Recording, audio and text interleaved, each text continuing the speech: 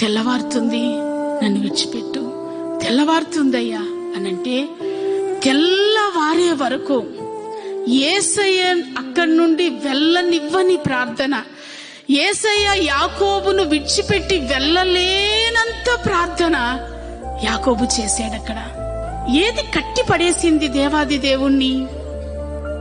కన్నీరు, ఆ బతిమలాడుకునే విధానం. ఏమిద్దే యాకోబు వెళ్ళి యేసయ్యను గట్టిగా ఏం పట్టుకోలేదు. అసలు ఆయన ప్రక్కనున్న విషయం కూడా తెలియదు యాకోబుకి. కన్నీరు కారుస్తూనే ఉన్నాడు, లీనమై ప్రార్థన చేస్తూనే ఉన్నాడు. దేవుణ్ణి కట్టి పడేసింది ఆ ప్రార్థన. దేవుని బిడ్డ, అలా నీవు ప్రార్థన చేయగలవా?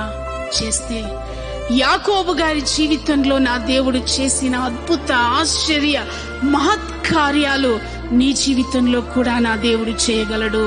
Praise the lord.